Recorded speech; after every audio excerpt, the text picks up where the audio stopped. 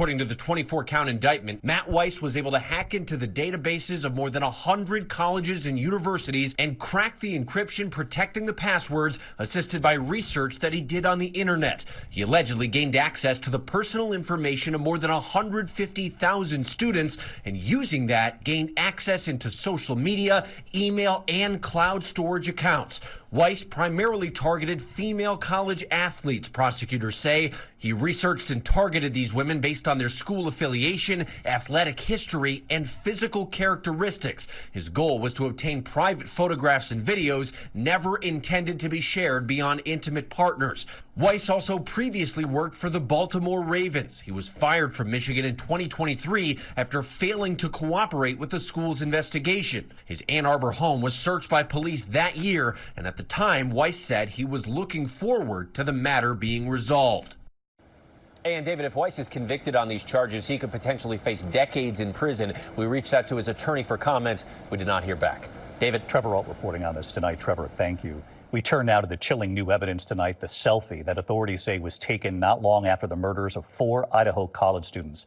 Tonight, prosecutors releasing this new image that they say the suspect took of himself just hours after the deadly attack, and what they say he allegedly bought on Amazon just months before the murders. Here's Kana Whitworth. Tonight, a massive release of court records in the case against Bryan Kohberger, including this selfie that prosecutors say was taken just hours after he allegedly stabbed 4 University of Idaho students to death in an off-campus home. Prosecutors say that Amazon records show 8 months before the murders, Kohberger bought a K-bar knife with a sheath similar to this one seen on the website, along with a sharpener. And they say a witness can corroborate his purchase. The murder weapon was never recovered, but police say Kohberger's DNA was found at the crime scene on the button snap of a K-bar knife sheath. According to prosecutors, Kohberger also searched for a replacement knife after the murders. What does a knife sheath at a scene mean? That's going to be the ultimate question.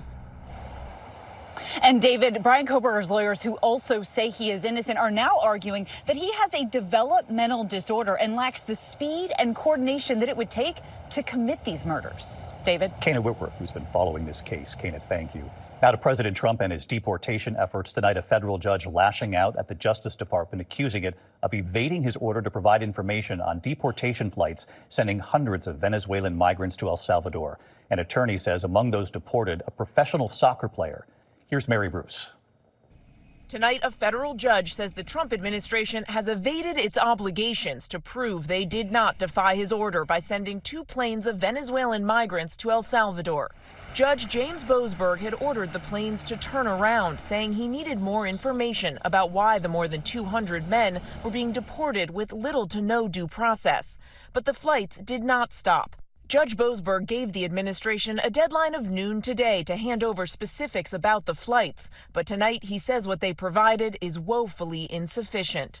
The administration claims the men are all violent gang members, though they acknowledge many of them don't have criminal records. Officials have repeatedly refused to provide any information about their identities. We are not going to reveal operational details about a counterterrorism operation.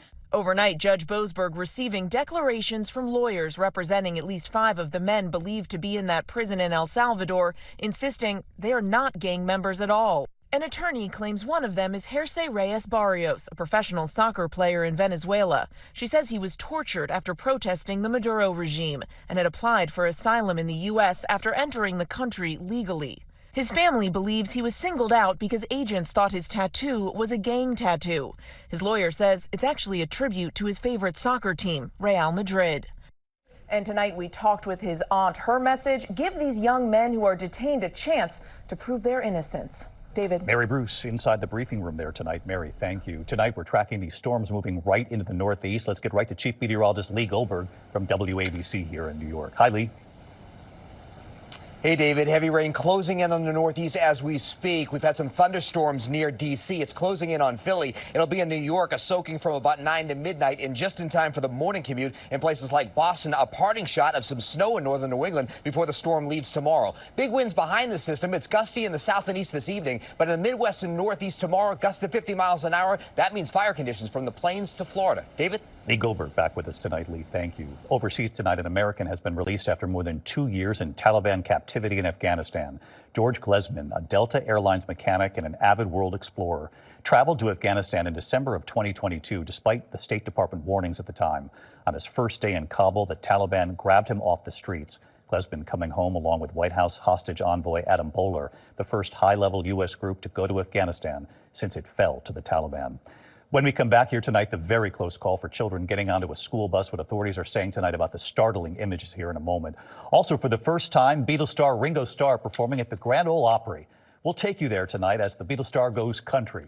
And next here, look at this, the massive home explosion. One person in critical condition at this hour. Firefighters racing to stabilize that home to try to save the dogs inside and what they think caused all of this in a moment here.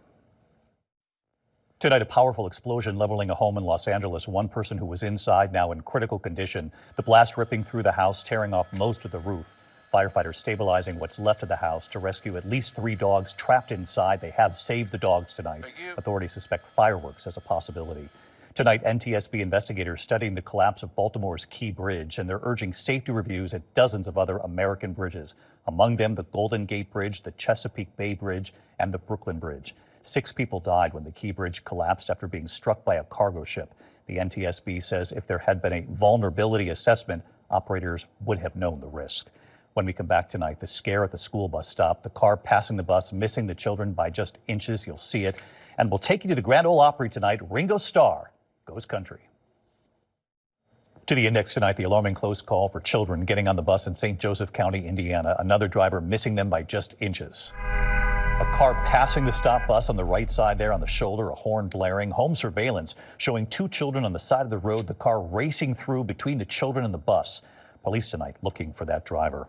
When we come back here for the first time, Ringo Starr at the Grand Ole Opry.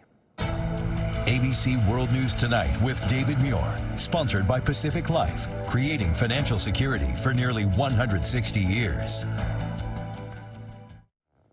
Finally tonight here, the Beatles star Ringo Starr goes country. Nightline's Byron Pitts at the Grand Ole Opry.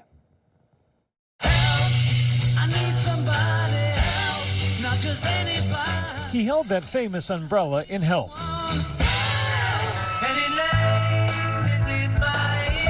Rode a horse in those red dress coats in Penny Lane.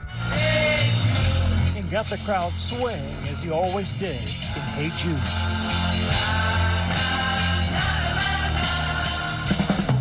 The boys from Liverpool, you know their names. It's John, Paul, George, and Ringo. You called them your brothers? My brothers and my friends, yeah. I'm an only child. I ended up with 3 brothers. I loved it. Why was it so magical, you think? It just worked. That band came together and it really worked, and we worked.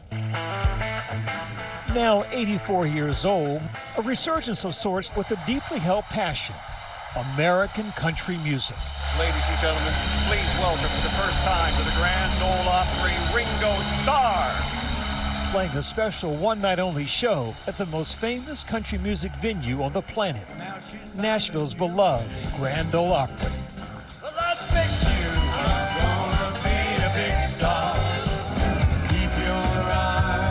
In collaboration with country music legend T-Bone Burnett, Ringo is back with his 21st studio album, Look Up. A love letter to country music. Ringo realizing his lifelong dream of playing music his way in front of this crowd.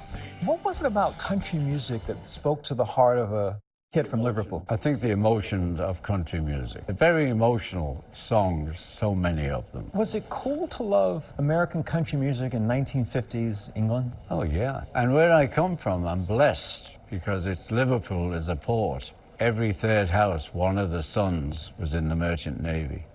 And they were going around the world, and they go into America, they would bring records in. What will you want people to remember about you?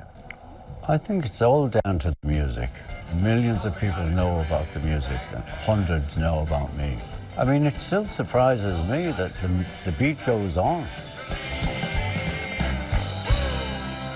Ringo seemed right at home. Our thanks to Byron, and thank you at home. I'm David Muir. Good night. Thank you for making World News Tonight with David Muir, America's most watched newscast.